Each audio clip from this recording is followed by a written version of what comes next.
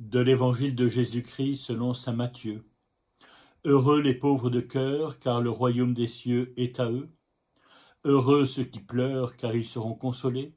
Heureux les doux, car ils recevront la terre en héritage.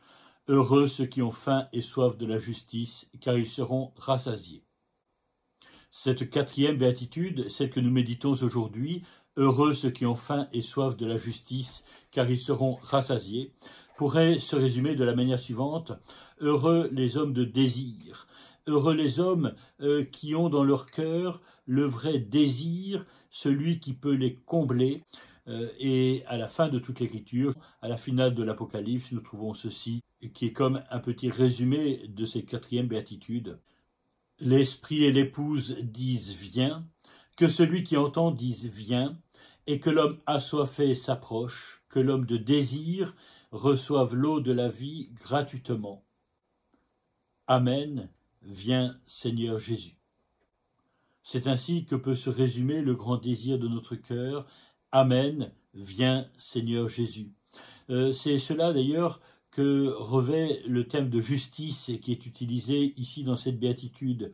Saint Matthieu utilise souvent ce thème de justice en son sens religieux, ce sens qu'il a souvent dans l'Écriture lorsqu'il s'agit d'hommes justes. Nous l'avions vu d'ailleurs à propos de la béatitude précédente. L'homme juste dans l'Ancien Testament, c'est l'homme qui est ajusté à Dieu. Et un homme juste, c'est presque l'équivalent de ce qu'on appellerait nous un saint. Autrement dit, la justice a quelque chose à voir avec ce que nous appelons nous la sainteté.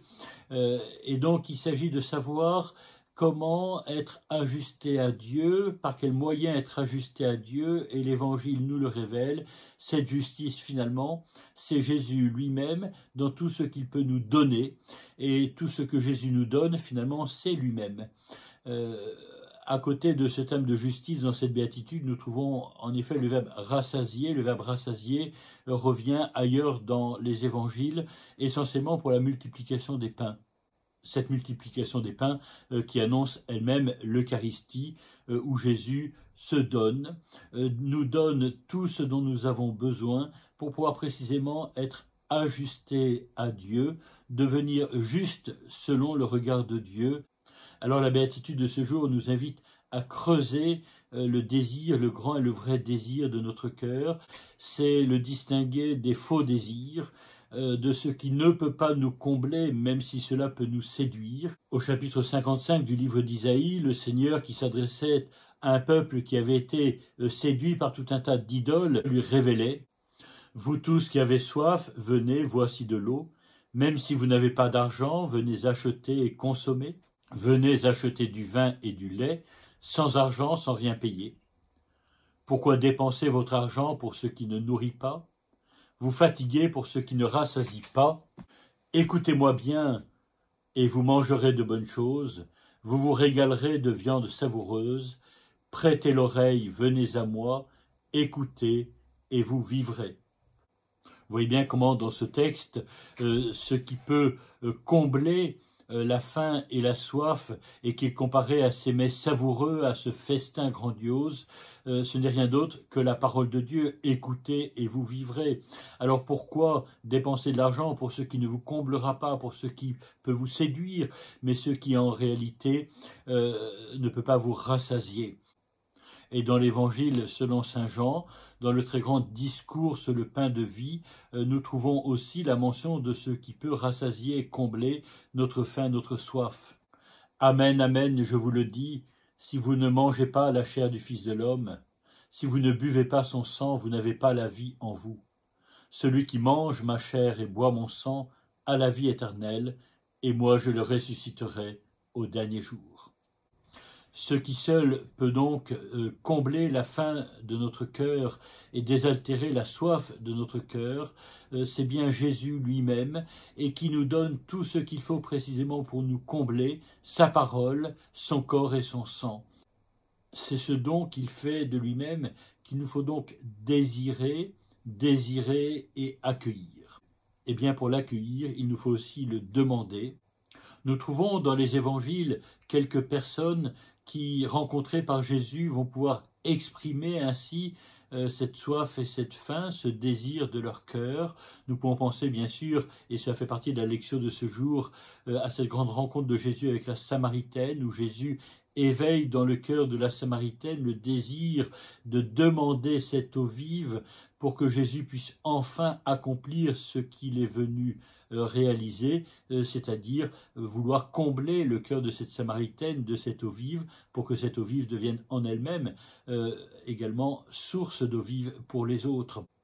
On peut penser aussi à la question que Jésus adresse à l'aveugle de Jéricho: « Que veux-tu que je fasse pour toi ?» Et puisque Jésus lui-même nous pose la question « Que veux-tu que je fasse pour toi ? Que veux-tu que je te donne ?» Eh bien, il nous faut apprendre à formuler ce désir. Et je me tourne une fois de plus vers les psaumes. Cette véritable école de prière, cette véritable école de prière de réponse à la révélation de Dieu. Je retiens 2 psaumes. Tout d'abord, le psaume 42 ou 41. « Comme un cerf altéré cherche l'eau vive, ainsi mon âme te cherche, toi mon Dieu. Mon âme a soif de Dieu, le Dieu vivant. Quand pourrais-je m'avancer, paraître face à Dieu ?» Et puis l'autre psaume est celui que nous avions dimanche à la messe. Avant de lire ce psaume, de faire nôtre cette prière du psalmiste, je vous pose 2 petites questions qui peuvent prolonger cet enseignement et cette méditation. Vous l'avez bien compris, la première question, c'est quel est le grand et le vrai désir de votre cœur. Et la seconde question, c'est comment est-ce que vous allez formuler ce désir, comment est-ce que vous allez l'exprimer, comment est-ce que vous pouvez en faire la grande prière de réponse à ce Dieu qui n'attend que cela, pour venir vous rassasier, pour venir vous combler de tous ses biens, pour venir vous combler de son amour et pour vous faire entrer dans sa communion. Dieu, tu es mon Dieu, je te cherche dès l'aube, mon âme a soif de toi. Après toi languit ma chair, terre aride, altérée sans eau. Je t'ai contemplé au sanctuaire, j'ai vu ta force et ta gloire. Ton amour vaut mieux que la vie, tu seras la louange de mes lèvres. Toute ma vie je vais te bénir, lever les mains en invoquant ton nom. Comme par un festin je serai rassasié, la joie sur les lèvres, je dirai ta louange. Dans la nuit, je me souviens de toi, et je reste des heures à te parler. Oui, tu es venu à mon secours, je crie de joie à l'ombre de tes ailes.